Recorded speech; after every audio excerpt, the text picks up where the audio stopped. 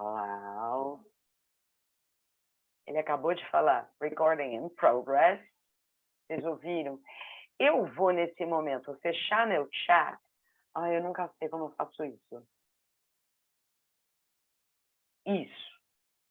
E vou começar a compartilhar a minha tela. Tudo bem? Um pouquinho de background about me.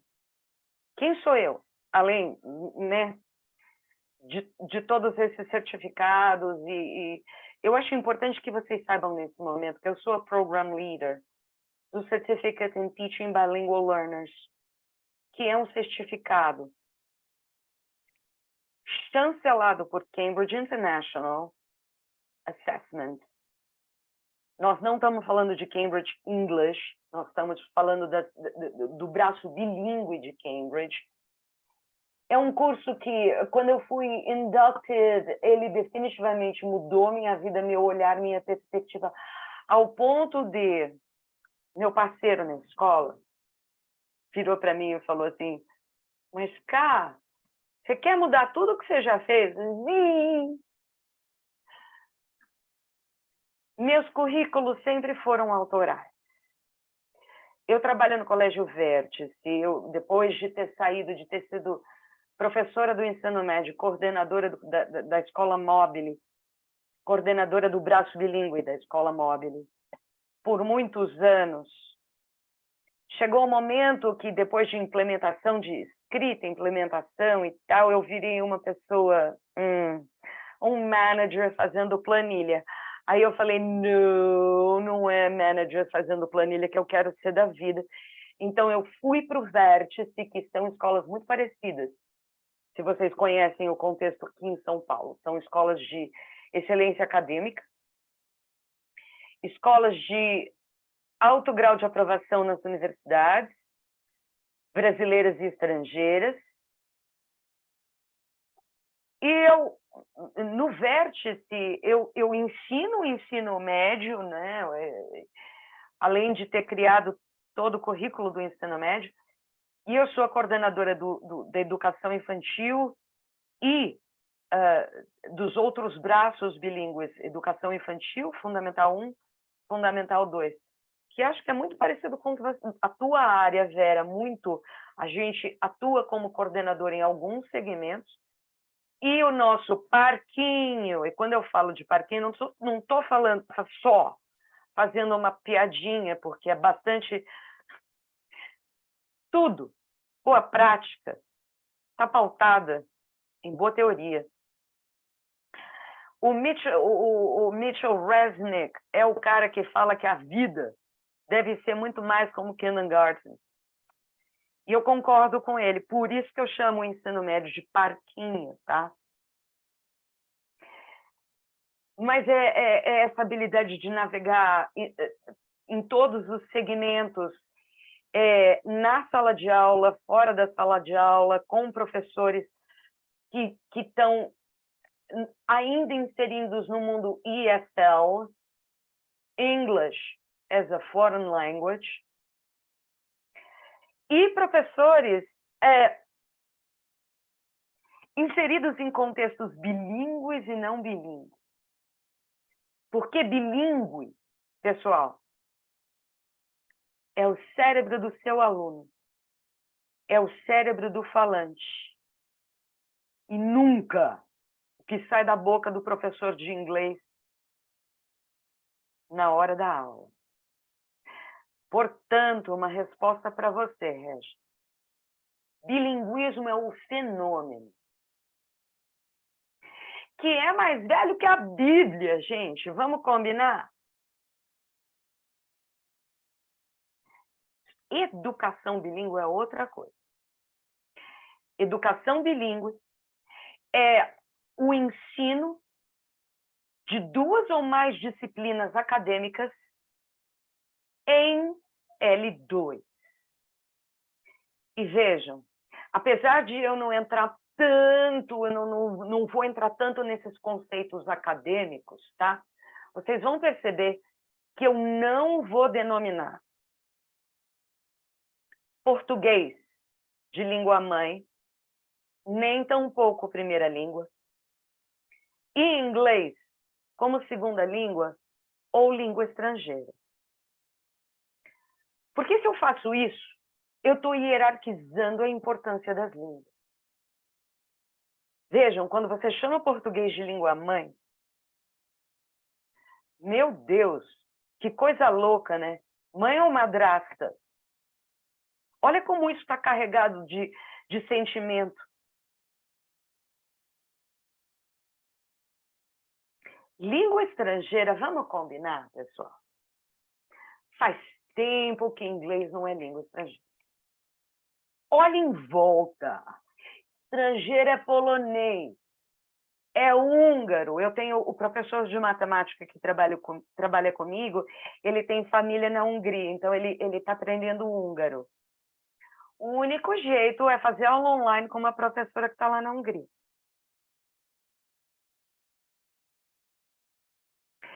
Não faz sentido algum, in this day and age, chamar inglês de língua estrangeira. Karina, isso é só uma questão de nomenclatura, não é? É uma questão de crença. E a crença leva à prática. Com isso em mente, pessoal, meu nome do meio é Provocações, tá? Se preparem para isso, tá? Agora sim eu estou pronta para share my screen. Vamos lá. É esse aqui. Share sound. Eu tenho duas telas. Então eu vou move you around. Se acostumem com isso, pessoal. Pronto. Assim eu consigo ver todo mundo grande e vocês conseguem ver minha tela, né? Esse é o material que eu compartilhei agora há pouco com vocês. E por questões organizacionais somente, eu vou mostrar um pouco como navegar nesse material, tá? É lógico que a gente vai fazer adaptações dependendo do que vocês trouxerem. Porque todo conhecimento é construído em cima de prior knowledge. Certo? Então, muito do que eu trouxer aqui é material de input. Mas eu vou caminhar mais em cima do que vocês me colocarem, tá? Por isso que para mim foi tão importante saber o contexto que vocês trabalham. Bom, de forma organizacional, I'm going to switch languages, people. I hope it's fine with you. I'll be doing that, you know. If it's hard, just tell me and, you know, we'll try entrance language. Porque repertório linguístico is the use of your full linguistic repertoire to make meaning, to make sense. Quais são os nossos objetivos, portanto? Gerais. Contextualize the diversity of the Brazilian market when it comes to English language teaching. ELT, regardless of the way we teach English. Differentiate and explain the underpinning principles of English as, foreign language, and English as an additional language. Name and describe the appropriate teaching approaches to teach English as an additional language. Sabe por quê? Essa mudança de paradigma entre English as a foreign language e English as an additional language traz implicações na sala de aula. Por questão de valor. Quando a gente tratava English as a foreign language, o objetivo é estrutura linguística. Lembra da época do Celta? Celta, Rafael, você trabalha com a preparação, né, dos professores.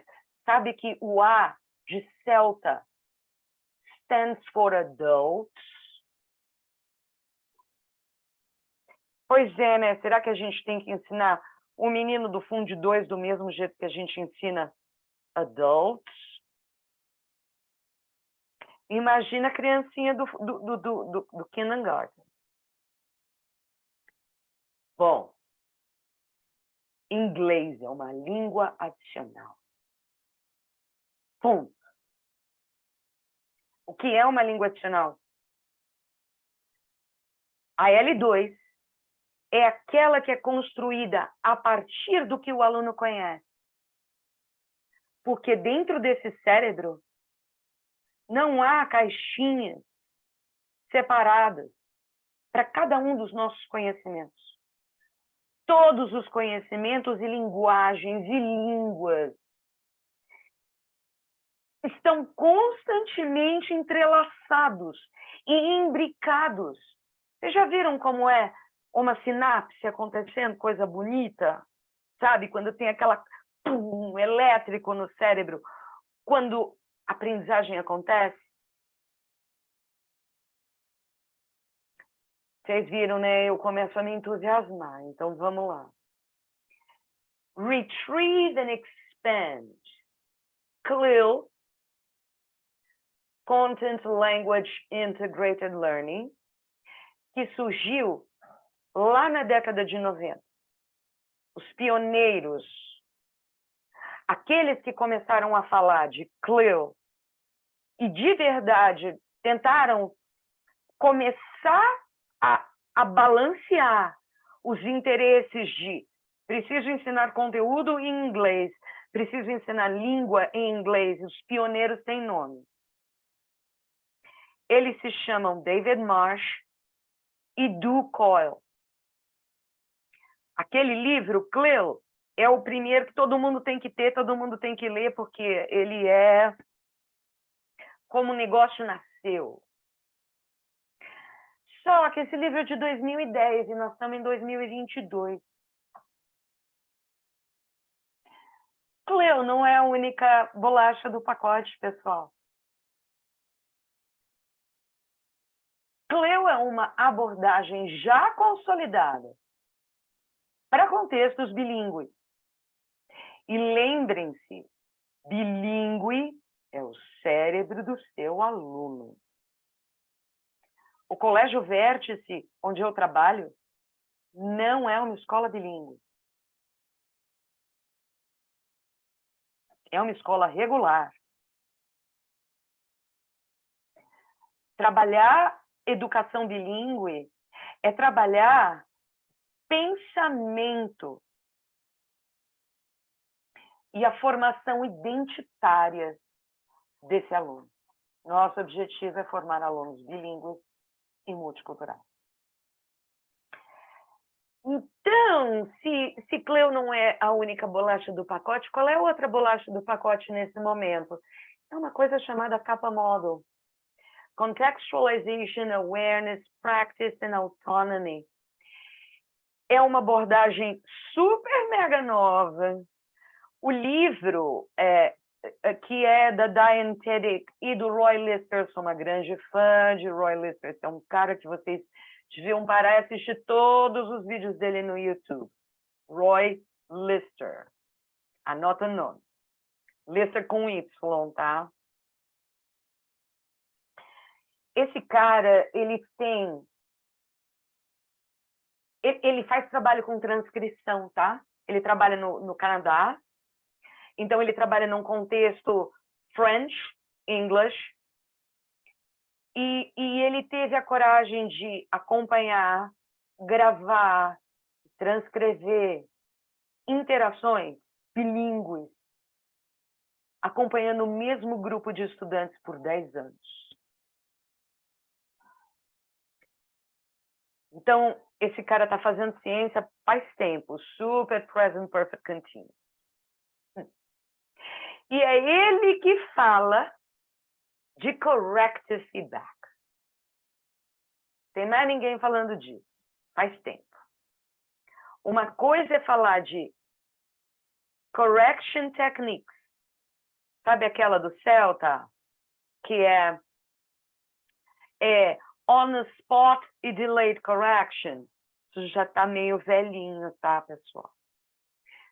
So, therefore, hence, e mesmo que eu tenha que lutar contra o tempo aqui, Nosso plano é o seguinte. Hoje, a gente vai filtrar. Então, o que a gente vai falar? Do que a gente já sabe. São abordagens. Qual o nosso contexto?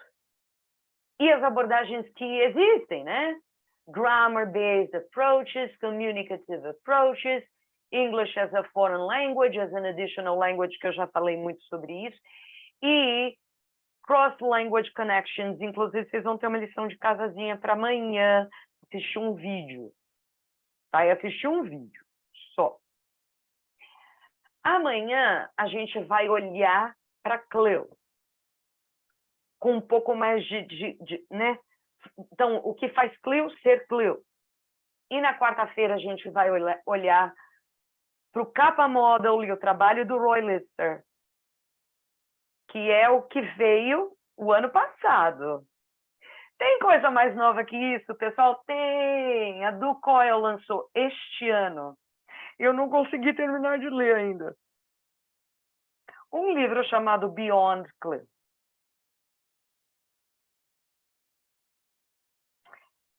Bom, então vai ser assim, ó. Vamos olhar para contextualization do nosso contexto, mas eu espero que vocês consigam, a gente ainda está meio que de férias, né? Explorar esse material, principalmente aqui, olha, nessas duas abas. Further reading. Essas páginas são uma cereja do bolo para quem está procurando descobrir maneiras corretas de se fazer educação in this day and age. Princípios reguladores da educação. A gente está falando de, viu, Rafa? Reflective practice é o professor. O professor que não é reflexivo, ele só está reproduzindo. Assessment for learning. O que é avaliação formativa? E por que ela é imensamente mais relevante do que a avaliação somativa? Quando você tirou na prova, você passou... Ai, peraí.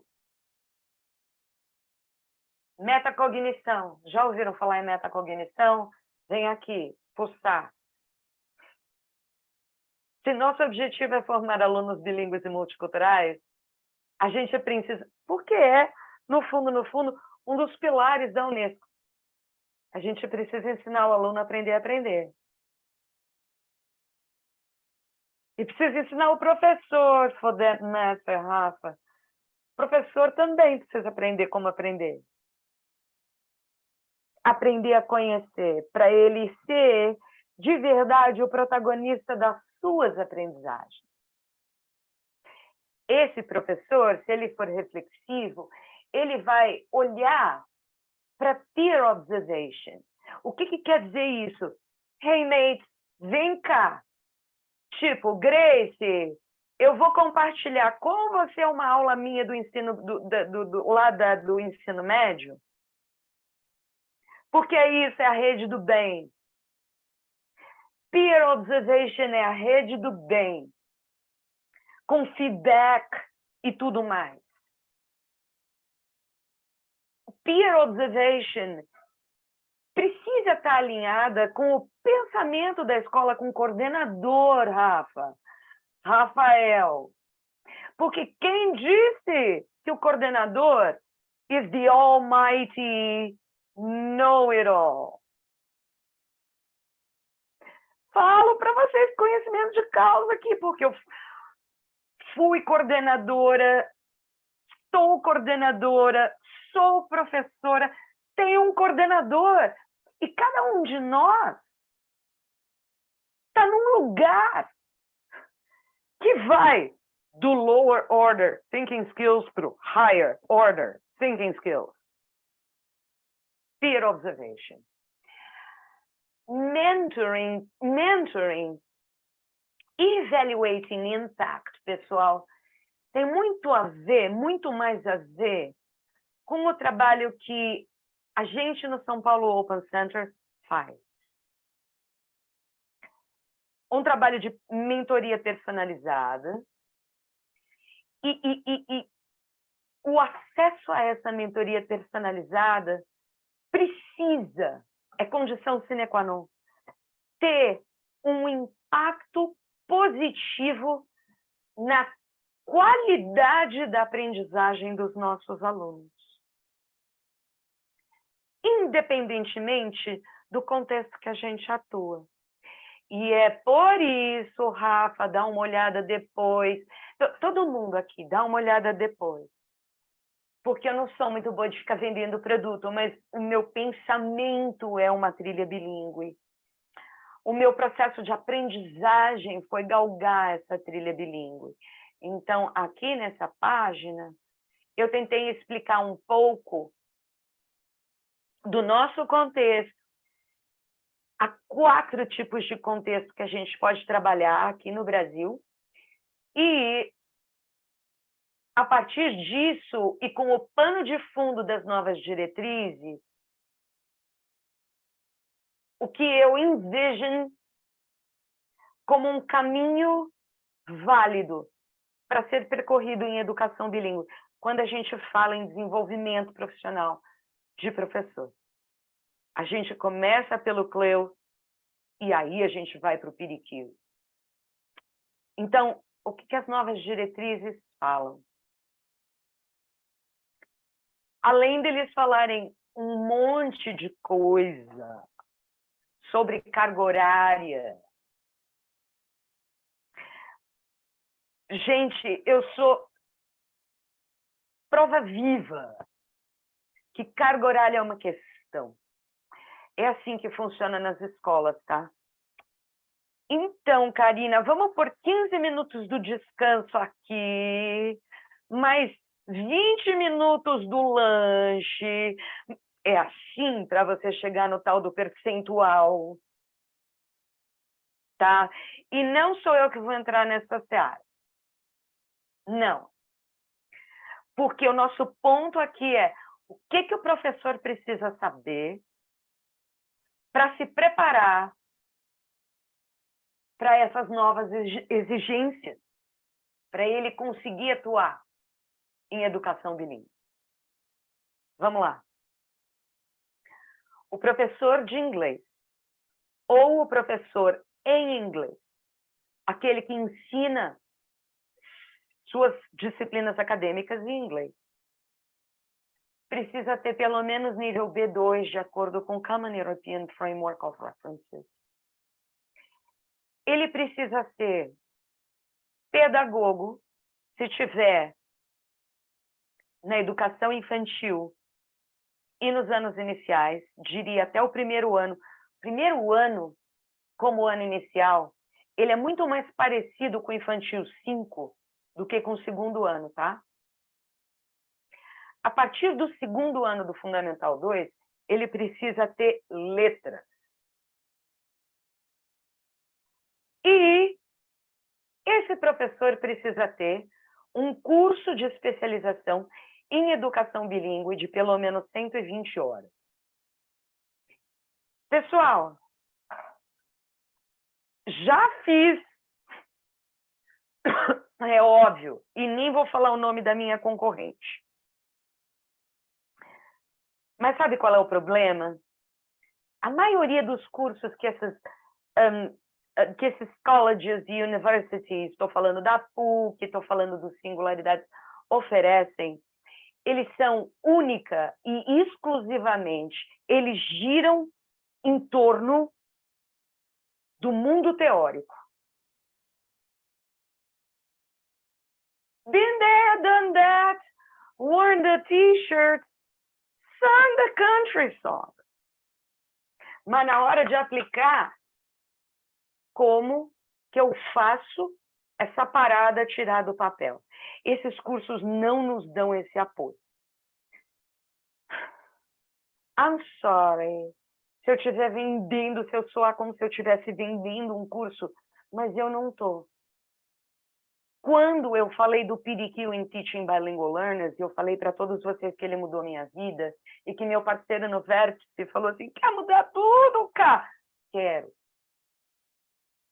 Foi porque eu achei a resposta. A avaliação desse curso aí, portfólio. Você tem que gravar suas aulas, tem que dar aula. Você tem que embasar tudo com a teoria. Você tem que fazer acontecer. Food for thought, tá, pessoal? Fuça aqui no material que eu estou compartilhando com você. Because right now eu vou mudar a chavinha um pouquinho, tá? Então, a gente vai fazer assim, sabe aquela coisa, educação se faz desse jeito, a partir de prior knowledge, conhecimento prévio. Então, eu tenho um Mentimeter para checar o conhecimento prévio de todo mundo aqui. Vocês já brincaram de Mentimeter? É assim, ó, 2 jeitos. Ou pega o celular, mira a câmera ali pro QR Code e entra. Ou, se você está do seu desktop, vai lá, abre uma outra aba, www.menti.com e entra com esse código de registro. Me avisem quando vocês estiverem lá. Sempre esqueço de pegar meu iPad para controlar ele daqui. Isso, me dá um coraçãozinho para eu saber que vocês entraram, para eu poder clicar no Next Slide.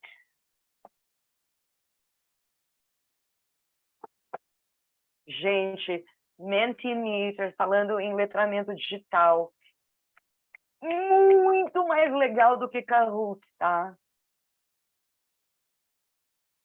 Mas é até que por isso é mais caro que Kahoot, também sei. Bom, posso andar? Vou andar, tá?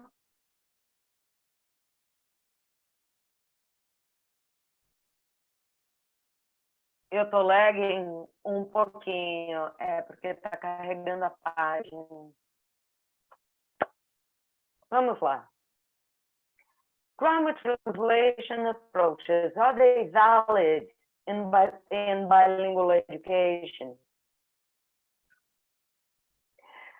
Pode responder com uma carininha ou pode se jogar para a gente começar a discutir.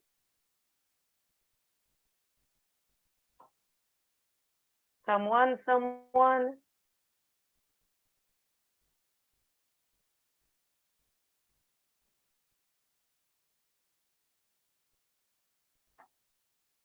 Pessoal, a resposta é não. Esqueçam Grammar Translation. Esqueçam. Audiolingual. Esqueçam. Essas abordagens de ensino de inglês, de verdade, partem do pressuposto que língua, a existência da língua existe única e exclusivamente como tradução do pensamento. E não é desse jeito que a gente... Não é para isso que serve língua. Vocês não acham? Língua serve para muito mais coisa. Bom, então vamos lá, vamos andar. Porque agora o meu middle name, principalmente no primeiro dia, pessoal, meu middle name vai ser muito provocation, tá? Do bilingual schools abide by the Brazilian Common Core Curriculum, a BNCC? In other words, uma escola bilíngue segue a BNCC, sim ou não?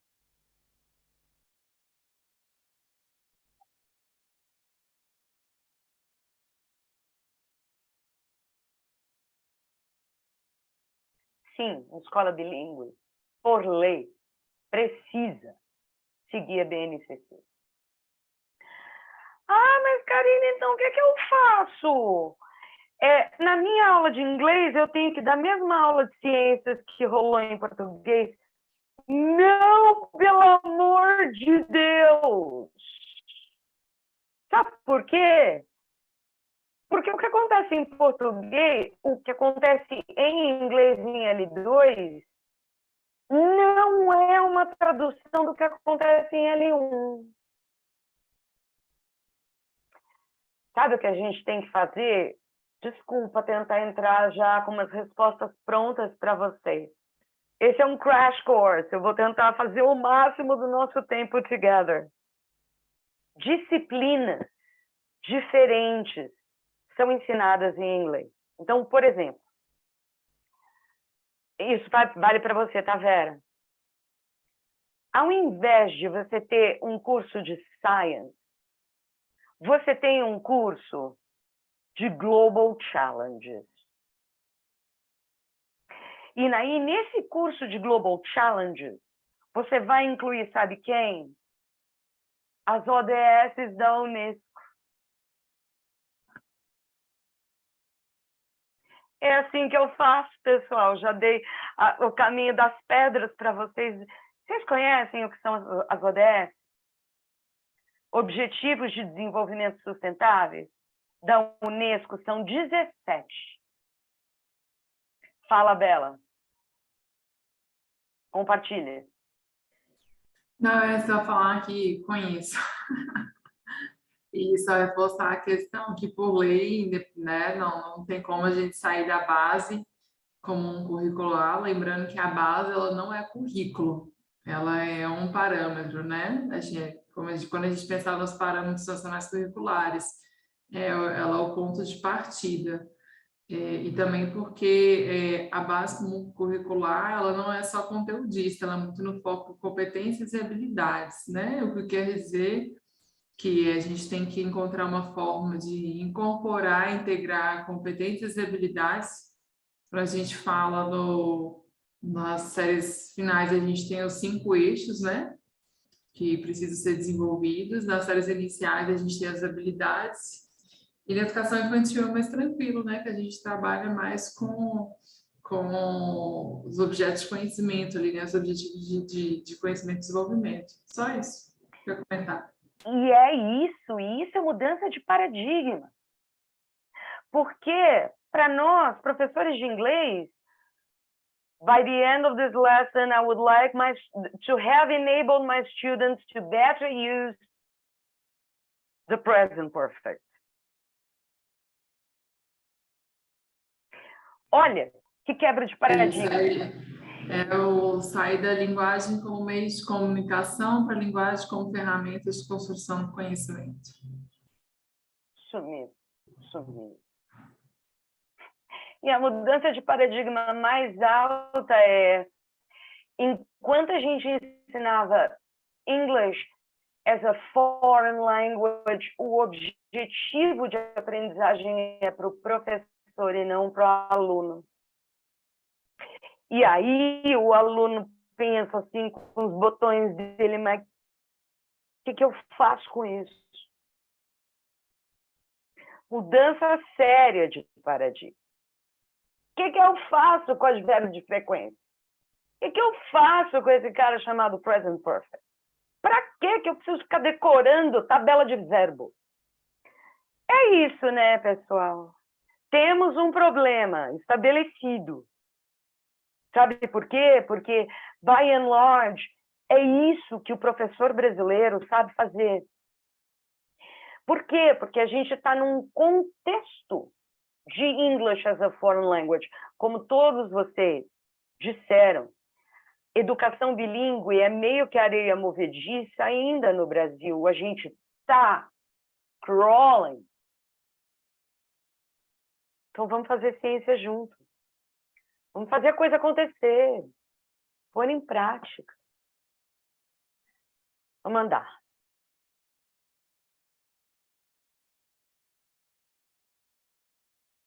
Karina, deixa eu dividir uma certa angústia com você, que tem meio que a ver com isso. E é uma situação que você vai poder pontuar para outras coisas que eu acho que você vai tocar, e a gente já falou quando você falou algumas características, alguns pontos do parecer. A gente observa, se a gente for fazer uma análise dessa formação do professor, eu sou de uma época que eu estudei na cultura e a cultura era acusada de ser gramatical, uma gramática excessiva. A gente estudava muita gramática. Sim, isso era um fato, mas as outras habilidades não deixavam de ser contempladas.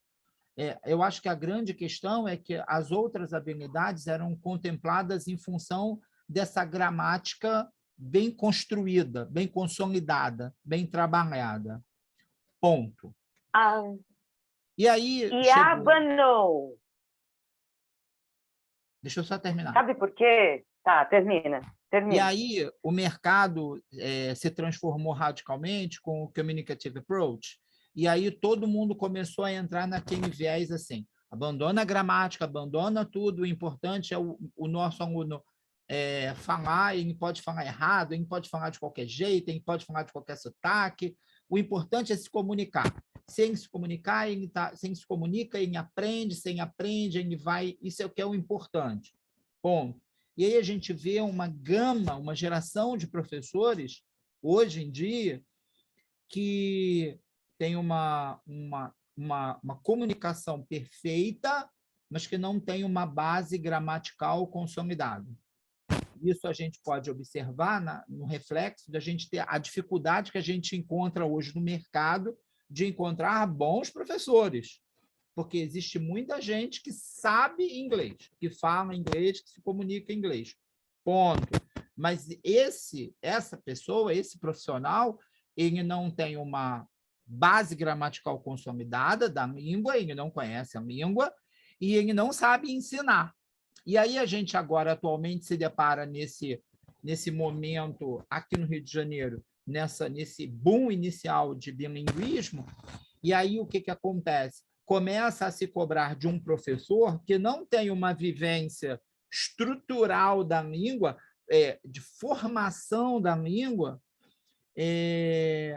uma coisa que ele não tem. E aí, em consequência disso, se depara com uma realidade que, nossa, não temos professores, nós não temos bons professores, mas nós não tivemos uma boa formação desse professor. Essa formação do professor é altamente capenga, é cheia de gaps, natural, em função da trajetória que ele tem, porque ele vem de um momento de mercado onde o importante era se comunicar. Se comunica de qualquer jeito, que isso é o que importa. E gramática é chato. São questões históricas, Regis. A gente quando eu falei essa manhã, que a gente é o amálgama da heterogeneidade, porque, sabe, sim, eu cresci meninota lá na cultura inglesa, sempre amei a cultura inglesa, ainda amo, aquele cheiro de UK, sim. No entanto, para que serve língua? Eu estou fazendo uma análise do que a gente se depara hoje. São questões históricas, você está vendo? Não é culpa de ninguém. Não só isso, eu acho que a gente tem que, primeiro, quebrar esse paradigma de que linguagem e gramática são duas coisas diferentes. Primeiro, que não se separam nem outra, né?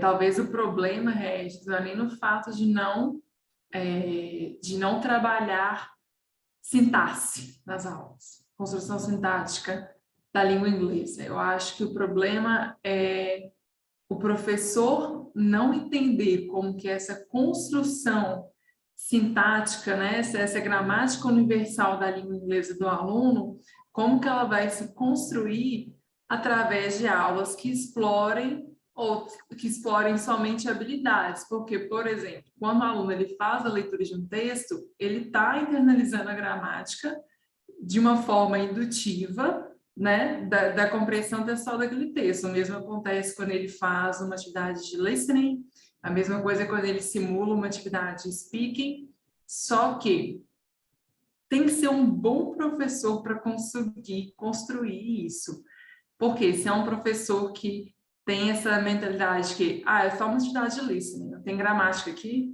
É só uma atividade de reading, writing, não tem gramática aqui. É só uma aula de ciências, não tem gramática aqui. Não é isso. a gramática ela vai estar ali. A gramática tem tudo, qualquer coisa que você vai para dentro de sala. Não existe esse viés, aula de gramática e aula de habilidades. Tudo está combinado. Pode ser realmente uma questão de formação de professores, e aí volta ao que a Karina falou, de que a faculdade no Brasil não forma um bom professor de inglês. E eu acho que o maior problema está lá na academia, né? Eu acho que não é nem as pessoas, eu acho que a academia que tem que refletir o processo de ensino e aprendizagem da língua inglesa, principalmente no contexto bilíngue.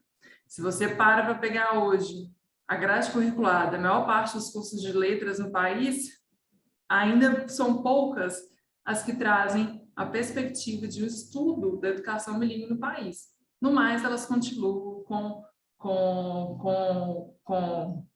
a mesma estrutura. Estruturais. Com o IFL. Elas continuam focadas no IFL, porque na mentalidade delas, aquele professor que vai sair, onde que ele vai sentar? No concurso público, na escola pública, onde não é bilíngue. Onde que ele vai sentar? Nos cursos de idiomas, que não são bilíngues. Então, ele prepara para esses contextos, que são os contextos que absorvem mais o mercado de trabalho, mas a gente sabe, como a Karina mencionou, isso é um cenário que está mudando. A gente sabe que para o futuro agora é o bilíngue. Cursos de idioma não vão existir. E eu já fui coordenadora de cursos de inglês e eu te falo que turmas de adolescentes e crianças não existem mais, praticamente. O que existem são adultos que não viveram uma educação bilíngue e hoje fazem cursos de inglês. Então, aqui no Rio, a academia tem que mudar isso também, né? Essa perspectiva. Sim, sim. Mas sim. isso demora mais. A academia recebe por último. Ainda mais aqui no Brasil, certo? E assim, minimamente, o meu filho está fazendo letras. Orgulho de mamãe, na USP. Assim, ele já sabe quem é o Chomsky, de tanto eu falar no Chomsky, aí ele relacionou, né? Ele está no primeiro ano, acabou o primeiro semestre. Sim, eles conseguem chegar nos communicative approaches. E por que isso? Porque não deu tempo de chegar lá. Deu tempo. É natural. Agora, gramática está em tudo, Regis. Porém, não é a gramática que estruturaliza a língua. E outra, quando a gente pensa em habilidade, quando eu falar em habilidade aqui, nos nossos encontros, eu não estou de maneira alguma falando de speaking, listening, reading and writing. Como eu falei no curso da manhã, é completamente diferente. A habilidade é o saber fazer, enquanto a competência é o saber ou saber conhecer. Tá? Muito diferente do livro didático da cultura inglesa, enfim. Tem que ter, Karina, listening, reading, speaking and writing? Sim. Só que é diferente do que olhar para a gramática, sabe? Afunilar e ficar na gramática. Enfim. Estou querendo responder tudo num dia só. Não vai rolar, pessoal. Então, vamos continuar. Então, essa pergunta, 3 responderam.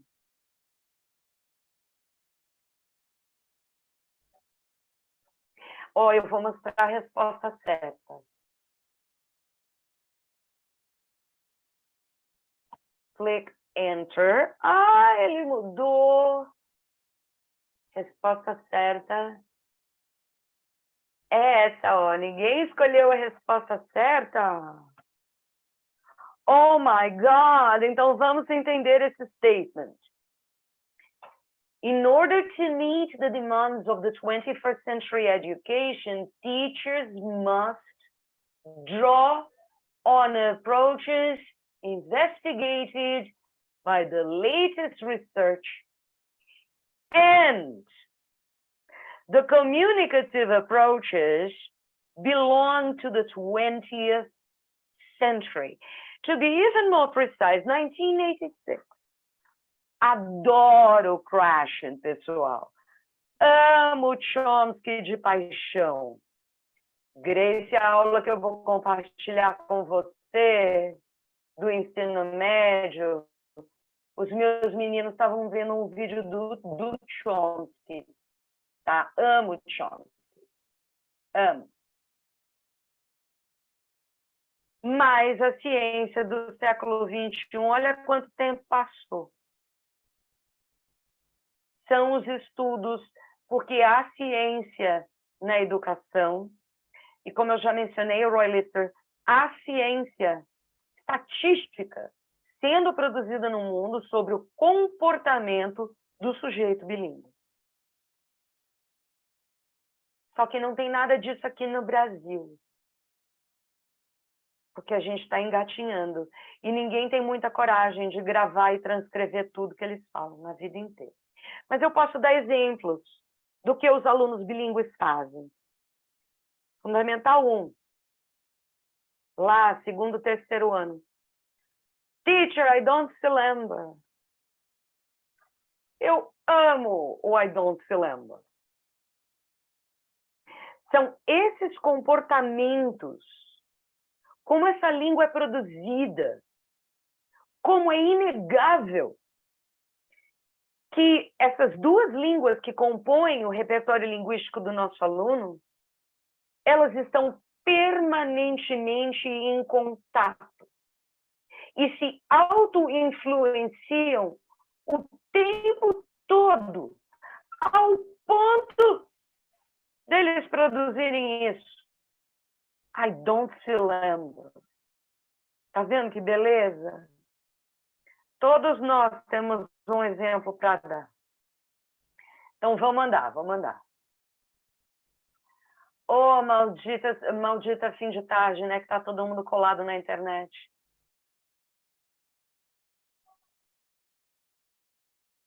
O que vocês acham?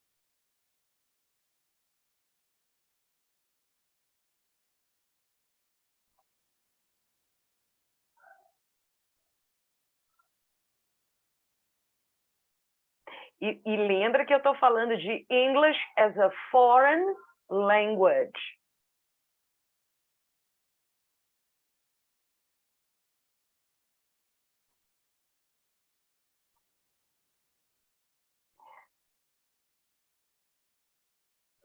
Uau, hein? Que acirrado.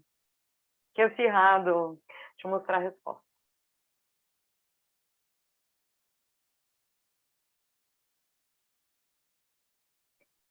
Sim.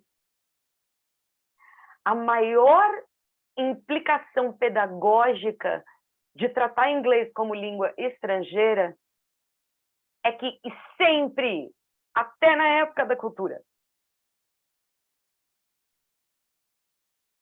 o que o professor aprende a fazer é olhar para o que ele faz e nunca para o que o aluno tem que fazer. Outra mudança de paradigma que tem tudo a ver com os estágios de desenvolvimento cognitivos. Então, lembra, pessoal, quando a gente fala de estágios de desenvolvimento, e a gente fala dessa palavrinha mágica que é inexistente nos cursos de letras e nos cursos de pedagogia. Essa palavrinha mágica só está nos cursos de psicologia, tá? Cognição. O que é cognição? É o processo de desenvolvimento do pensamento. É como o pensamento se constrói a partir da imaginação, do juízo, da linguagem, do raciocínio lógico, da criatividade, da linguagem, óbvio. E é alimentada, a cognição é alimentada por meio dos 4 sentidos. Então, se essa criança dormir bem, comer bem e aprender por meio dos 5 sentidos e muita emoção, ela está aprendendo, ela tá desenvolvendo. Lembrem-se, Piaget, estágios do desenvolvimento humano. Piaget era biólogo. E Piaget queria descobrir como que o cérebro maturava e como que, a partir da maturação do cérebro, determinados comportamentos podem ser observados. E aí tem outro nosso grande amigo, o Vygotsky. Aí sim, as faculdades de letras trazem o Vygotsky. Celta traz o Vygotsky. É sócio interacionista, Karina. Eu lembro, eu tive uma gerente na cultura inglesa que queria só que a gente respondesse o seguinte para as famílias. Qual é a metodologia? É sócio interacionista. Ponto. Porque a gente tinha que vender o curso em menos de 5 minutos. Professor fazendo isso. Enfim, por que o Vygotsky é importante? Por causa da zona de desenvolvimento proximal. O Vygotsky era um cara, ele estava muito mais interessado em descobrir como que as aprendizagens aconteciam por meio das interações sociais. Um more capable peer, que não deixa de ser verdade, continua sendo verdade, princípio da educação. Tudo bem até aí? Tudo bem, pessoal? Tô lagging demais? Ok. Então, vamos lá. Another question. Aqui não é uma question, aqui é uma definição. Bela, lê para mim a definição de English as an additional language. English as an additional language. EAL enables students to learn academic content and encourage participation in a wide range of activities that stimulate communication in an environment which reflects the cultural and linguistic background of everyone. EAL respeita o desenvolvimento do pensamento humano. ESL does not.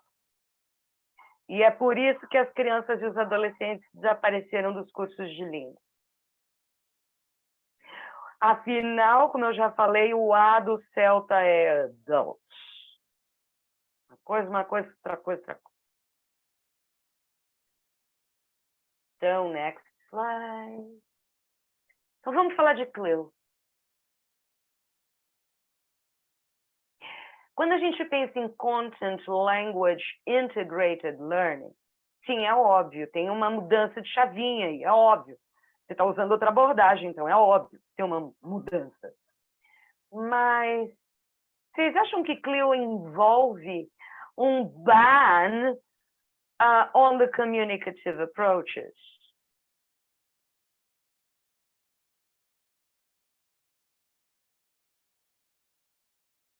A pergunta é difícil.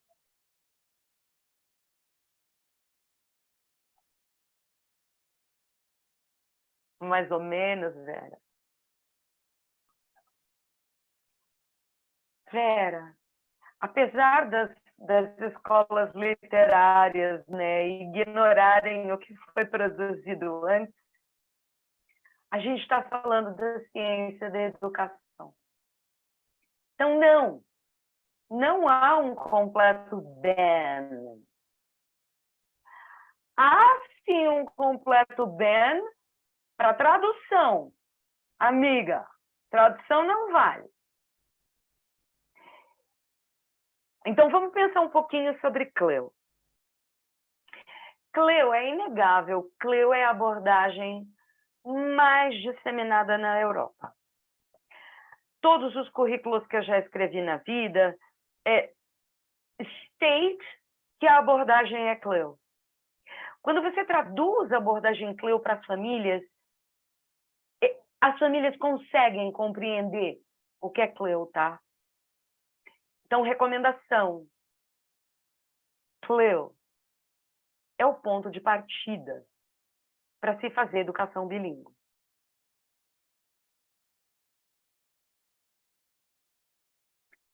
Então, vamos pensar nos communicative approaches. Eu que sempre amei o menino do ensino médio. Me lembro lá quando era meninota na cultura inglesa, sabe, Regis?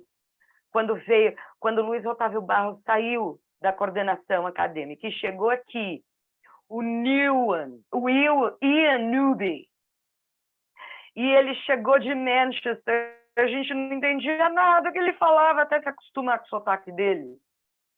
Demorou um pouquinho, mas ele chegando falando em lexical approach. Foi libertador. Foi a primeira vez, e ó, hein? 1990, tá?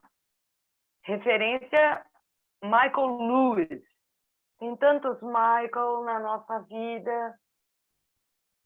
Início da década de 90.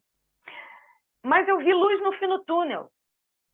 Porque quando eu ouvi falar no lexical approach pela primeira vez, eu descobri que a gramática não é a única maneira de se estruturalizar a língua. E vamos combinar? O léxico é extremamente mais importante do que a gramática. Porque léxico carrega significado. Por mais que você saiba a gramática na ponta da sua língua, se você não sabe o léxico, o campo lexical de cada disciplina, você não comunica nada. Mas, ó, é antiguinho o lexical approach, tá? Eu gosto muito da proposta do Michael de Chunks of Languages, né? Então, quando você trabalha Chunks of Language, você pode trabalhar esse encontro de palavras que trazem em si um significado. E quando você faz isso, você não precisa muitas vezes passar pela questão de construção gramatical, né? Então, por exemplo, quando eu quero ensinar para um aluno uma expressão que é, na verdade, uma pergunta, que é como você está? Eu não preciso ensinar para ele WH question, para ele deduzir que o how é como, não preciso passar pelo verbo to be, não preciso passar pelo personal pronoun, eu simplesmente estruturo e explico para ele o chunk of language, que é o how are you? Só que, normalmente, as pessoas só fazem isso com essas perguntas básicas, só que você consegue expandir isso, por exemplo, quando você vai trabalhar tempos verbais. Por exemplo, em vez de eu fazer aquela famosa lista de verbos, né? Passado, presente e pretérito lá, em vez do aluno decorar aquilo, eu posso simplesmente explicar para ele que se eu quero falar eu vou à escola, eu digo I go to school. Se eu quero falar eu fui à escola, I went to school. E ele internaliza a estrutura, o chunk of language, essa construção do I go, I went, e ele associa o tempo verbal. E não precisa ir na gramática. E é por isso que, ao meu ver, sim, a gente pode incorporar isso no CLIL, quando a gente vai trabalhar em diferentes componentes curriculares, né? E a gente pode levar esses chunks of language de acordo com os componentes curriculares. Total, Bela. Como o meu exemplo clássico é sempre o present perfect, vou dar um exemplo em cima do exemplo que você deu. Na minha época de cultura inglesa de experimentação com lexical approach, e eu trago isso até hoje, tá super incorporado. A minha famosa aula de have. Como a gente usa have? Maneiras de se usar have. I have to go to the toilet. I have got. I have been. A questão-chave aqui pra gente... Ou seja, você não precisou nomear, você não precisou dar o nome. Hoje a aula é de present perfect. Hoje a aula você deu um objetivo de aprendizagem. Seu objetivo de aprendizagem foi, gente, hoje a aula é para aprender a falar sobre experiências de vida. Então, como que eu vou falar sobre experiências de vida? Quando eu vou falar experiências de vida, eu uso esse chunk aqui. Qual que é o chunk of language?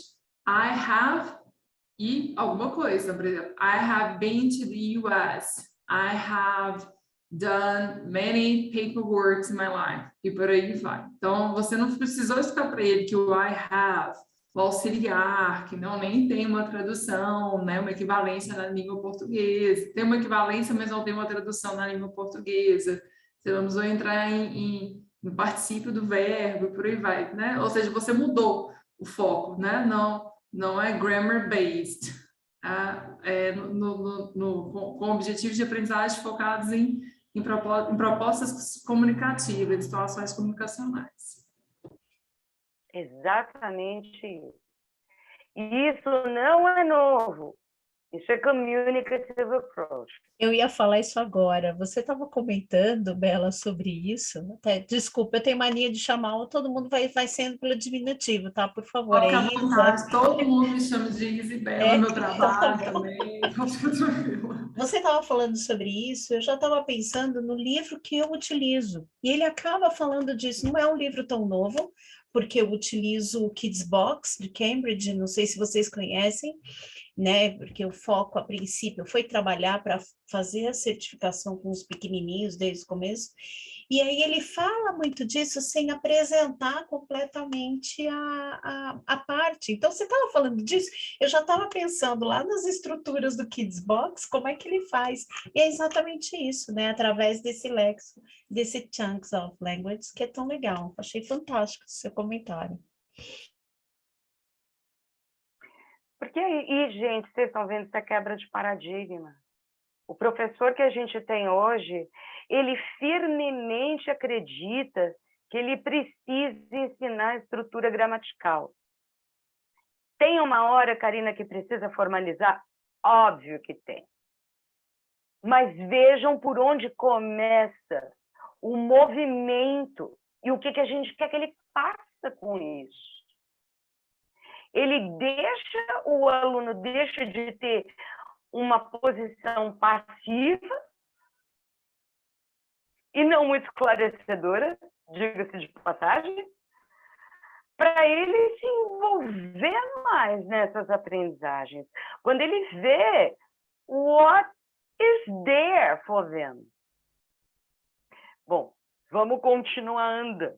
Outra pergunta sobre Cleo.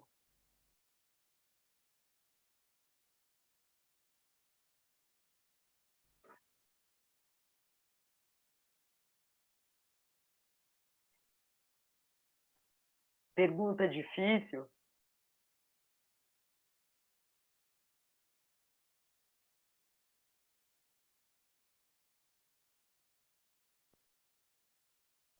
Essa é a resposta certa. A resposta certa é não.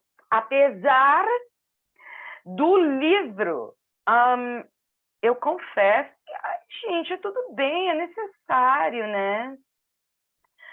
O livro TKT Clill, Cambridge Books for Cambridge Exams, ele diz que isso é verdade. Só que isso vem lá dos pioneiros e já não é... Não tem essa parada, é hard, é soft.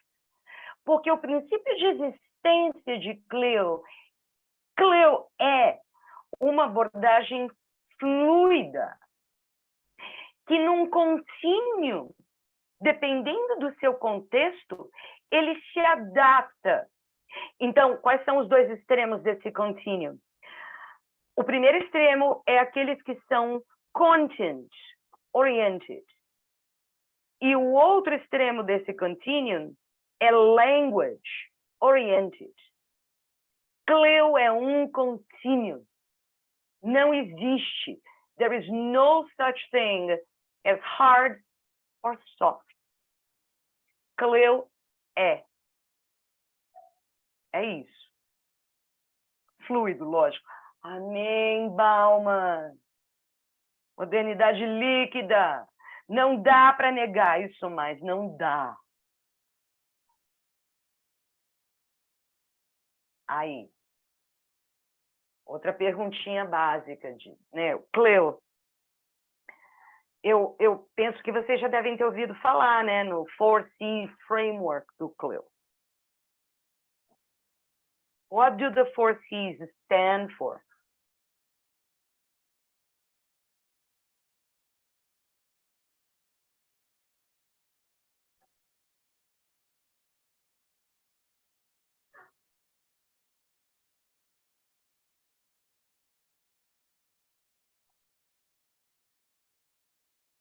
A gente só tem 2 respostas. Precisa de alguém aí para desempatar. Quem vai desempatar?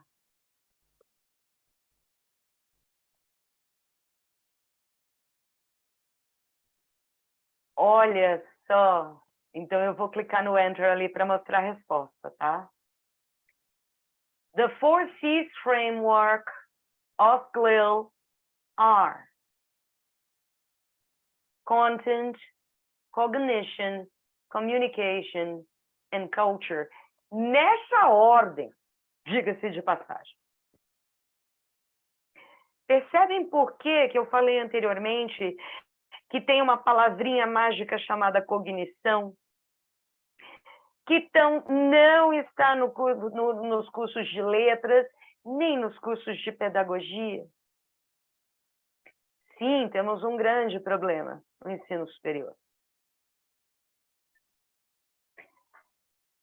Bom, então, a gente vai falar bem mais de CLIL amanhã, tá? É lógico, como eu falei, eu não vou dar resposta de tudo hoje. Tá?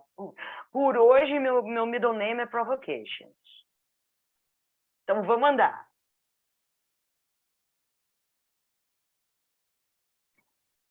Opa, andou rápido demais. Espera aí, eu tenho que voltar.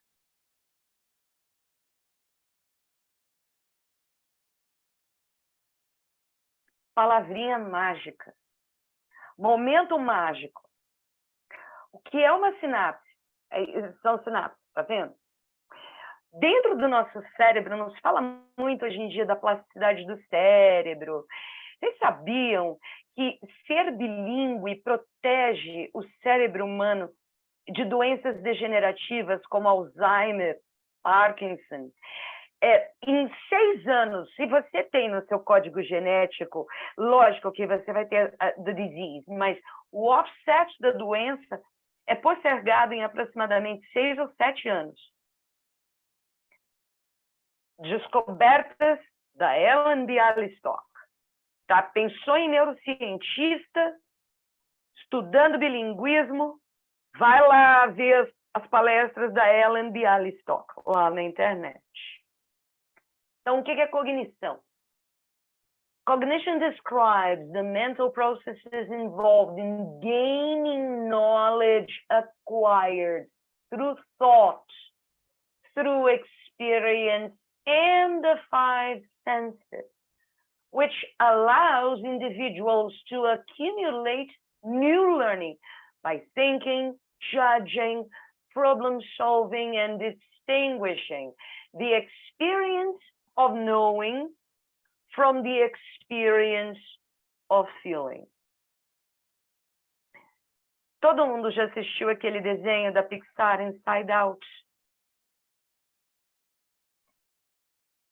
Cognição é aquilo, como é que ele chama em português mesmo? Não é de cabeça para baixo. Divertidamente. Precisa assistir aquele desenho para entender o que acontece no cérebro dessa criança sob o olhar da neurociência. É por isso que eles destacam tanto a questão do não só de hard skills, mas soft skills também, né? Hoje em dia, quando a gente fala desse processo de cognição, também de formação, de construção do conhecimento. Ultimately, Bela, o nosso cérebro vai estar inundado de hormônios no momento da aprendizagem. Sim, o que nós, professores responsáveis, queremos fazer? Inundar o cérebrozinho de nossos alunos com muita serotonina, com muito hormônio do prazer. O que a gente não quer é release cortisol na corrente sanguínea dele. Porque a gente quer que essas experiências bilíngues sejam prazerosas. Se essas experiências bilíngues forem prazerosas, principalmente na educação infantil, você tem terreno fértil para esse aprendiz tomar as rédeas do seu processo de bilinguismo. Porque aí ele vai querer aprender, sabe aquela questão? O menino está no 4º ano do Fundo 1. Ele vai ir lá na Netflix e vai assistir aquele monte de coisa que não é, que assim, é duvidável, que a escola não pode trazer, sabe? Ele vai atrás do que ele quer. E a língua não vai ser impeditiva, não vai ser barreira, quando ele está motivado. Quando o cérebro dele estiver inundado de serotonina. Isso E aí, endorfina. a gente fala do processo de aquisição, né? Diferente do processo de aprendizagem. Eu gostei muito da definição que você trouxe, principalmente na parte que fala desse processo de aprendizagem construído através do pensamento crítico, né? Na capacidade, na competência, né? De resolução de problemas, resolução de conflitos, em colaboração, e viver. Eu acho que isso está muito alinhado com as nossas práticas também, né? Com as metodologias que a gente trabalha em sala, por exemplo, educação infantil com inquiry-based learning, onde o aluno ele tem que ter essa perspectiva investigativa, essa vivência, essa construção do conhecimento bem hands-on, né? Que traz o protagonismo, que é o que você mencionou anteriormente também. Tá tão para além do present perfect, vocês estão vendo? Tadinho do present perfect, eu adoro ensinar present perfect, mas do meu jeito. Os alunos nem sabem que chama present perfect, mas eles sabem usar. Jamais me esquecerei quando eu ouvi o meu filho pela primeira vez usando future perfect continuous. Ele devia estar assim, tipo, no 3º ano. Nos 9 anos ele devia ter. Quando ele uttered a frase lá, eu falei, ai, filho, naquela época, né, ele tem 19 anos. Vou colocar no Facebook, você acabou de usar Future Perfect Continuous. Ele olhou para mim e falou, o que é isso? O que você está falando? Né? Mas usou sem forçar. Estava lá conversando comigo na cozinha. Então, isto posto, o que vocês acham? Vocês acham que, e olha, aqui eu preciso usar inglês porque precisa ter essa palavra must, que é diferente de have to, construindo significados. Must é quando o professor, aqui nessa frase, está convencido do que ele tem que fazer. Teachers must use a very different orientation. Yeah. Está colocado, né, gente? Está posto. Né? Não precisa nem clicar ali na resposta. Aqui, ó.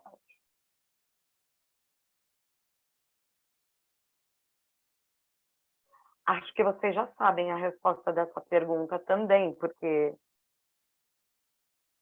lembra do nome da abordagem que apareceu o ano passado, Roy Lister, querido, e sua parceira Diane Teddick? Capa. Guarda essa palavrinha em inglês, né? ELT World é cheio de acronyms. Guarda a capa modo. A gente vai falar sobre ele. Bela, você obviamente, eu acho que eu vou perguntar uma coisa besta, mas você conhece a Jéssica, né?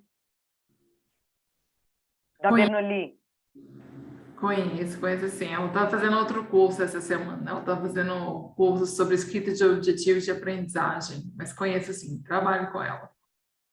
Fala para ela que quando ela fez o meu curso Cleo, não tinha capa model ainda. Ela precisa conhecer o que é capa model. Vou passar para ela. Está de férias, mas quando ela voltar de férias, eu aviso ela assim. Pode deixar. Pode crer, pode crer. Só semana que vem, isso mesmo. Então, capa.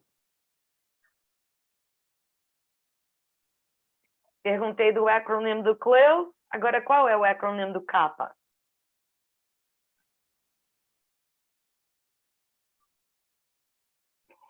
Isso, muito bem. Tá vendo que vocês já estão fazendo as sinapses aí entre as coisas? É isso mesmo, contextualization, awareness, practice and autonomy.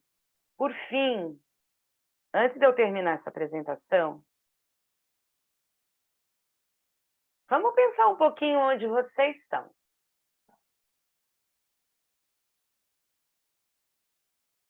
Em que ponto dessa trilha bilíngue vocês já experimentaram com educação bilíngue e com abordagens bilíngues? No nosso parquinho, viu, Vera? Lá na sala de aula.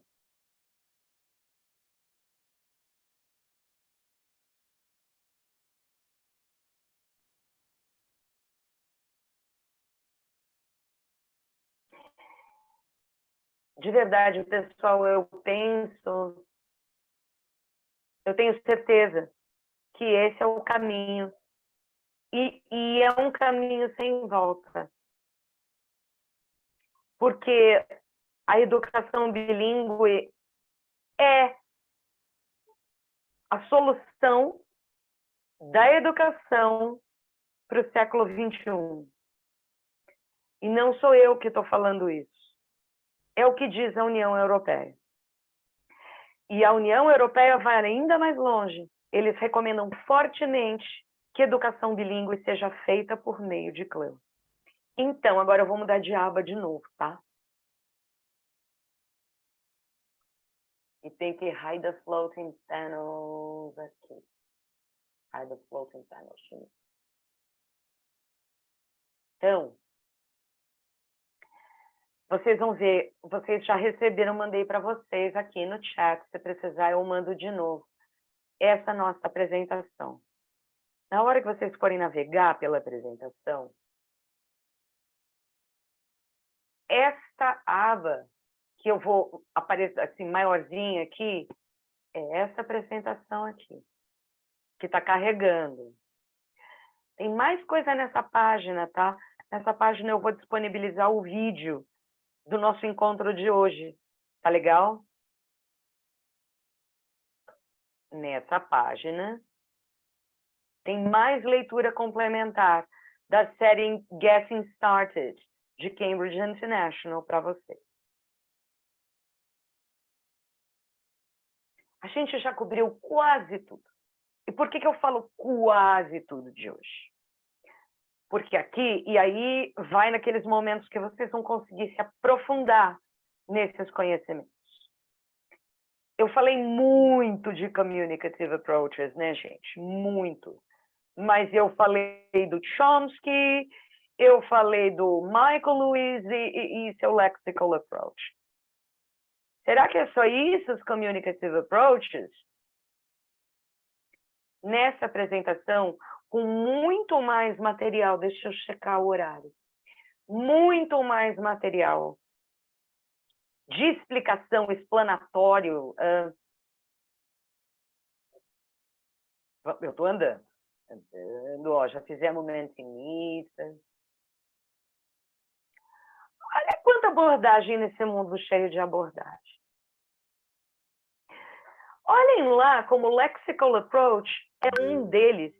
E a gente já falou do grammar translation e do audiolingual como abordagens que nós deveríamos rejeitar. Porque elas são tão velhas quanto os filósofos gregos. Cognitive approach, total physical approach, o communicative language teaching, TPR, natural approach, task-based instruction, cada escola tocando uma abordagem diferente. Então vamos rapidamente tentar entender o que são essas abordagens. Eu vou pular aqueles que a gente tem que rejeitar, tá? O que é cognitive learning? Eu vou pedir volunteers to read it for me. Quem lê para mim? O que é cognitive learning?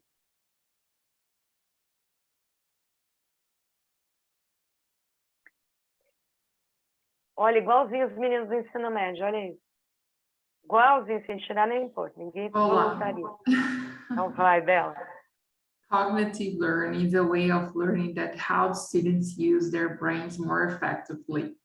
This method of learning is active, constructive, and long-lasting. It encourages students to fully engage in the learning process, so learning, thinking, and remembering get easier. Na verdade, cognitive learning não é uma abordagem de ensino de inglês necessariamente.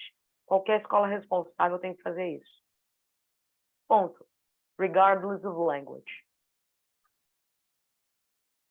Total physical response também não é exclusividade de inglês. Vera, você lê esse porque tem tanto a ver com o teu segmento. Os menores, vai lá. That's all right. Total physical response, TPR, is a method of teaching language or vocabulary concepts by using physical movement to react to verbal input. The process mimics the way that infants learn their first language, and it reduces students' inhibitions and lowers stress. Yes, it's my kids. Exatamente. É uma das abordagens comunicativas, é a abordagem comunicativa, diga-se de passagem, eleita na educação infantil e nos anos iniciais. Porém, a gente tem que ter um olhar muito crítico, porque tem muito professor que acha que TPR é botar os meninos para correr loucamente no pátio. Não é isso. Não é isso. Não é competição da cadeira para a lousa, da lousa para a cadeira. Não é. A gente tem que saber como fazer essa escolha e como orquestrar as atividades e as tasks, de forma que não fique uma competição tô na Disney. Então, quando eu falo em cognitive approaches, vocês repararam que eu falo sempre no plural? E assim, desde o momento que a gente conheceu o Saussure, põe lá o estruturalista mor, né? O pai da linguística aplicada, a gente está falando de communicative approaches. O papa mor de communicative approaches é o Chomsky, porque, né, minimamente o Chomsky é o cara que queria estudar e provar a existência da gramática universal. Amém, Chomsky, te amo. E sim, ele mais do que provou que a gramática universal existe. Só que a gente está falando de um pool de abordagens, na verdade, desenvolvidas na década de 80, como um movimento contrário às abordagens gramaticais. E eles estavam certos. Eles olhavam para o aspecto instrumental da língua. Meio e mensagem. Língua é um instrumento de comunicação. Vejam, isso é a crença do século XX, tá? Se vocês ainda acreditam que língua é um instrumento de comunicação, temos um problema. Porque in this day and age, língua é um componente indispensável de formação identitária. E aqui, por língua, entendam inglês, porque a gente trata inglês como língua adicional. Não, inglês não é um tool, coisa nenhuma. Eu estava lá no Brasil semana passada, eu ouvi um monte de gente falando isso. Desculpa, not really. Porque tem um abismo entre... não, eu sou um professor Cleo. Inglês é um instrumento de comunicação. Não, pessoal. Não. Instrumento de comunicação é o communicative approach. Está lá, ó, na década de 80. Combinado? Que a gente não vai falar uma tolice dessas na frente de família? Para a freira lá, para a freirinha, tá bom, Regis? Você pode chegar para a freirinha 5 dedinhos esticado, tá? Já sei que inglês não é estrangeiro. Bom, gente, eu acho que eu não vou definir todas essas abordagens aqui, vai. Tá na mão de vocês, tá? Ler todas. Eu falei das importantes. No infantil e no fundamental 1, muito CPR. Cognition all over. All over. Lexical approach all over. Então eu vou scroll. Ó, falei aqui do lexical approach. E ao chegar no número 10 aqui, eu quero lançar luz para o velho PPP de guerra. Todo mundo aqui já ouviu falar em Presentation Practice Production? PPP é anterior aos Communicative Approaches, pessoal. E PPP ainda é largamente utilizado. É chocante. Eu me surpreendo, eu até me assusto quando eu escuto tanta gente usando aquele livro Interchange, sabe?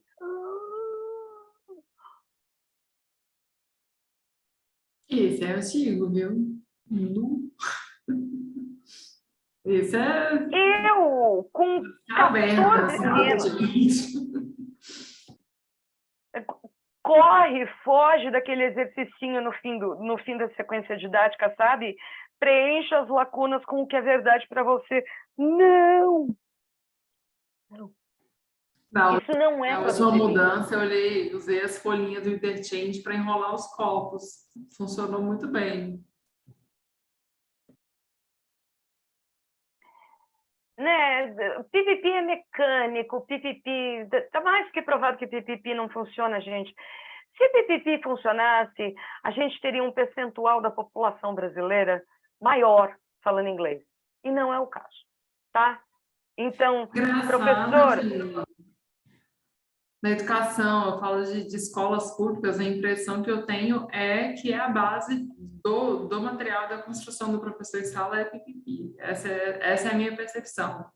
Eu não sei se alguém que trabalha em alguma escola pública, mas a impressão que eu tenho é que é isso aí, é essa construção. Infelizmente. Como mentora e como program leader do PDQ in Teaching Bilingual Learners, sim, isso é verdade. E não é só na escola pública. É na iniciativa privada e na iniciativa pública. E garanto, porque todos os professores que fazem o PDQ, a gente tem que, né? Afinal de contas, educação parte do conhecimento prévio. Então, todos eles precisam gravar a sua aula diagnóstica. Nós estamos correndo a 3ª turma de PDQ em Teaching Bilingual Learners. E nenhum professor ainda apresentou a sua aula diagnóstica que não fosse PPP.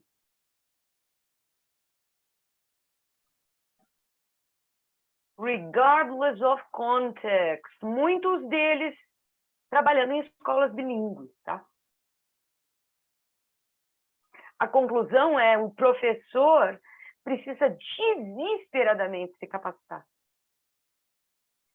Porque o que o professor está fazendo agora, na escola bilíngue, é o que se fazia na década de 70. Uau! Acho que eu vejo assim, muito em aulas com foco no inglês instrumental, né? Mas realmente, para a nossa realidade de escola, não é o ideal. Então, chegou aquele momento da pergunta que não quer calar. Mas, Karina, quando chega uma família para mim e me pergunta qual é o método, você precisa ter conforto e clareza em explicar para essa família que método ou metodologia única, exclusiva da nossa escola. Isso não existe. Ninguém inventa um método, ninguém inventa uma metodologia, coisa nenhuma. Elas existem. Quem somos nós para ter a ousadia de falar em um método próprio? In this day and age, o que acontece? It was not until the past few decades, olha só, 2022, já faz 20 anos dentro do século 21, teaching language teaching profession began to acknowledge the validity of multiple approaches to teaching and learning languages. Some have advocated an eclectic, odeio essa palavra. Qual é seu gosto musical? Eu sou eclética, eu não entendo muito bem isso. Essa palavra eclética não pega bem comigo. Eu prefiro pensar em fluidez, em contínuos de aprendizagem. Mas muita gente vê que esses eclectic approaches denominam essas abordagens como eclectic because they draw upon techniques from a variety of different methodologies. E é isso que a gente tem que fazer. Others have most recently cautioned against a paralyzing focus on methodology. Quer dizer isso. E por que isso é importante? Por que eu abri essa figurinha? Quando você olha para o CLIL, clássico CLIL, e os 4Cs Framework, principalmente o C de comunicação, que a gente vai falar amanhã, o 4Cs Framework acaba virando uma straitjacket.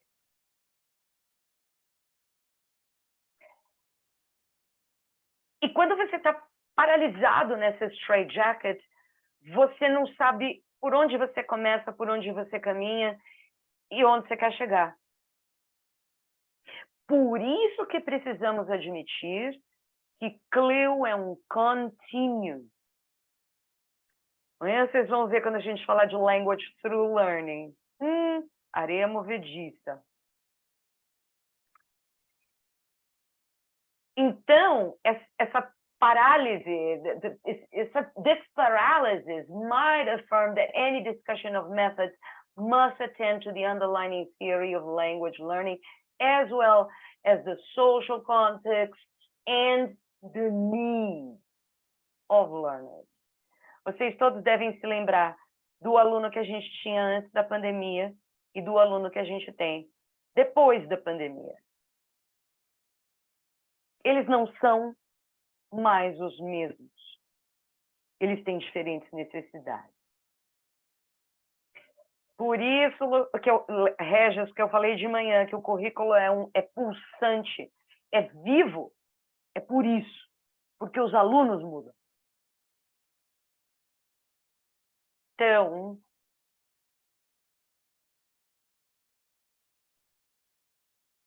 olha só, eu vou dar uma instrução procedimental agora, porque eu nem sei que horas são. Temos 8 minutos. A instrução procedimental é a seguinte. Pessoal, vocês todos já colocaram uma estrelinha nesse material didático que eu preparei? Nesse link?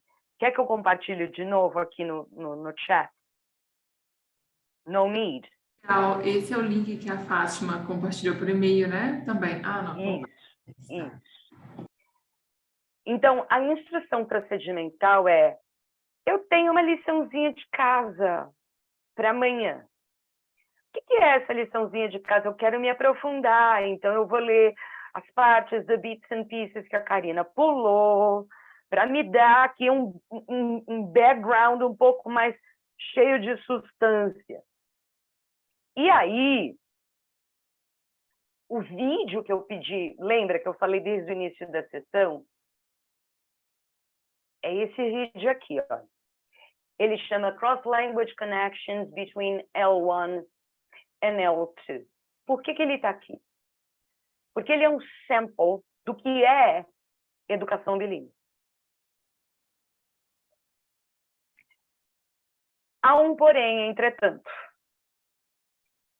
Este é um contexto americano. E há implicações pragmáticas radicalmente diferentes entre o contexto americano e o nosso contexto aqui brasileiro, brazuca. Lá nos Estados Unidos, o professor, muito frequentemente, que só fala inglês, recebe em uma única sala de aula falantes de inglês, de espanhol e de chinês. Essas implicações, vejam, a gente recebe falante de chinês aqui na nossa sala de aula. Já tive casos, tá? Eu tive um aluno russo. chinês, pequenininho, Vera. Terceiro aninho. Ela chegou, a princípio, ela falava muito bem inglês, então, assim, nas minhas aulas ela nadava abraçada, né, ia embora. Mas ela falava russo e, às vezes, quando a mãe ia para a escola, ela utilizava, me chamava, que era para eu explicar para ela poder, em russo, explicar para a mãe o que estava acontecendo. Sei bem do que você está falando. É o comportamento do sujeito bilíngue. Sim. Que BH, a escola americana, recebe alguns japoneses, um pessoal também da Alemanha, da Rússia também, e aí eles têm uma outra proposta, né? Eles têm a aula do português as a second language, mas eu acho que a abordagem é language-based, grammar-based, não é uma proposta imersiva, nada disso. Judiação. Podia estar formando a identidade dessas crianças, né? Perdendo uma oportunidade de ouro. Mas, enfim, esse vídeo é libertador, porque vocês vão ver que aquele fato consumado que a gente vê na nossa sala de aula o tempo inteiro, que ele vai tentar falar português com você, acontece no mundo todo, porque esse é um fenômeno. Porém, e eu estou vendo que você está anotando tudo, hein, Regis? O professor de inglês deve ser proibido de falar português. Bilíngue é o cérebro do nosso aluno, não o que sai da boca do professor. Vamos combinar? Então, se você é professor ou se você observa a aula, fica ligado. Porque é nosso dever, neste nosso contexto brasileiro, abriu a porta da sala de aula, está todo mundo falando português, é nosso dever moral, ideológico e político garantir a integridade da língua que a gente ensina.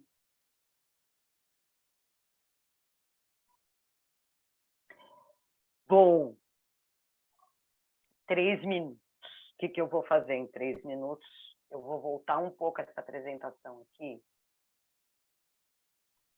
e mostrar para tentar quebrar um grande paradigma, tá? Você já viu essa imagem dela pelo seu discurso. Então, eu vou pedir para você explicar essa dicotomia.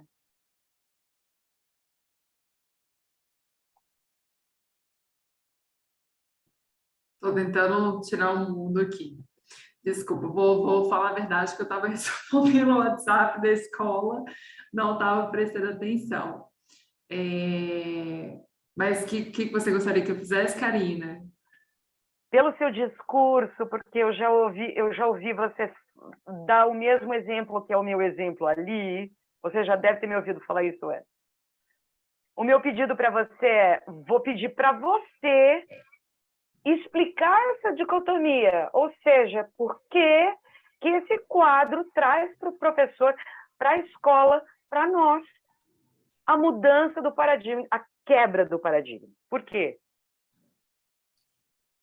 Olha, na minha perspectiva, foi o que eu comentei no início, eu acho que a gente ter essa percepção da educação bilíngue, do que a gente trata aqui como objetivo de educação bilíngue, claro que também é desenvolver competências linguísticas, isso sempre também está aqui presente na nossa realidade, até porque dentro do meu contexto, né, do meu recorte, também é um objetivo nosso preparar os alunos para os exames de certificação, e a gente sabe que exames de certificação são focados em competências linguísticas mais do que em outras competências, né? Mas a gente também tem um foco na construção do nosso aluno como um cidadão global, né? Com ampla capacidade crítica, com amplo capital cultural, né? Com outras competências que eu havia mencionado anteriormente, como protagonismo, pensamento crítico, resolução de problemas. Quando a gente pega essa percepção do inglês falando do inglês, que é o nosso cenário, como uma ferramenta para a construção desse conhecimento, a gente sai dessa perspectiva de que a língua ela é só um objeto, ela é só um componente curricular, mas ela é um meio de construção social do aluno, né?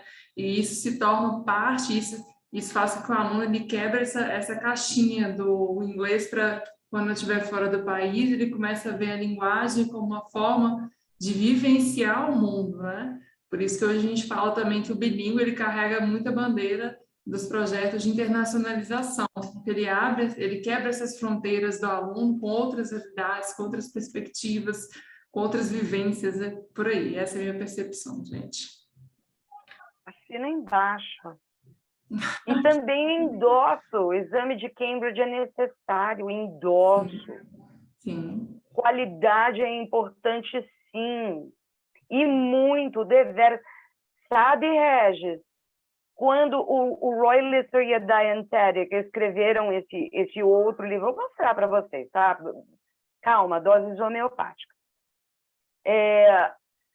A pesquisa dele mostrou para gente que a qualidade do inglês do aluno decaiu.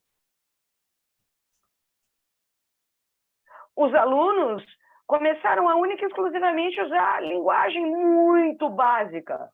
Por quê? Por causa de uma coisa que você disse no início. Se comunicar é o suficiente. Mas não é. E é por isso que a pesquisa anda.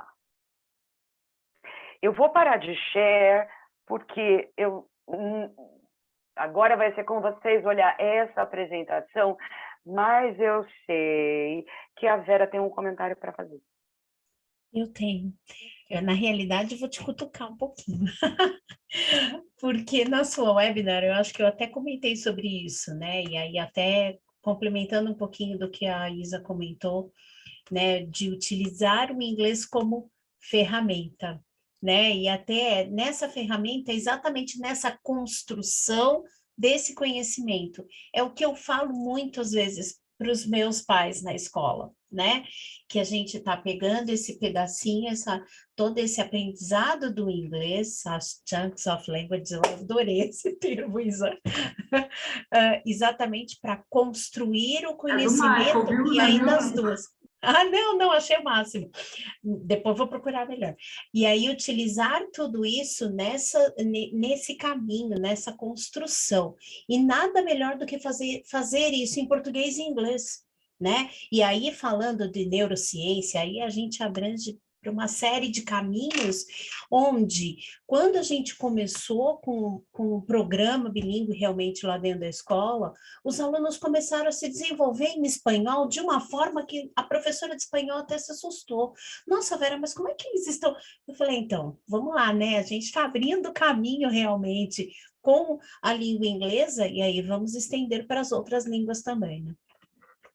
Era essa minha cutucada. Concordo, assina embaixo e endosso.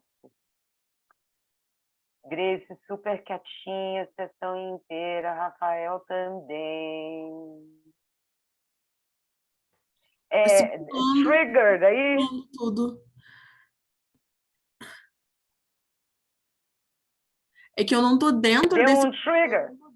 eu não tô dentro desse contexto bilíngue, né? Eu tô querendo entrar para esse contexto bilíngue. Até agora eu não participei, não trabalhei em nenhuma escola que tivesse essa abordagem, então eu tô perdida, mas eu tô tô entrando aí no conhecimento de vocês aí, tô absorvendo as coisas. Por isso que eu tô quietinha. Muita novidade hoje, né? Muita novidade. Rafa, do seu lado É isso. mercadológico, conta. É isso mesmo, Karina. No meu caso é parecido, eu estou aprendendo muito com vocês aqui hoje. Eu queria entender assim, que pé que a gente está, né? Como mercado, o Brasil, então em que pé que a gente está com isso? E na verdade eu vou sair daqui hoje com mais perguntas ainda do que eu tinha quando eu comecei, mas acho que isso é bom, né? Considerando que tem mais 2 dias ainda. Então eu É aprendi muito. intencional, Rafael. Então acho que vai ser muito legal aí o andamento e estou aprendendo muito com vocês todos aqui, foi muito legal. O mais legal de tudo isso, pessoal, é que mesmo que nesse presente momento a gente esteja ainda fazendo PPP, o importante é que a gente tem que ter consciência que o que a gente está fazendo tem coisa muito melhor do que PPP. E que a minha carreira pertence a mim. E que é por isso que eu tenho que me capacitar. Então, pessoal, com esse pensamento, eu vou apertar aqui o Stop Recording.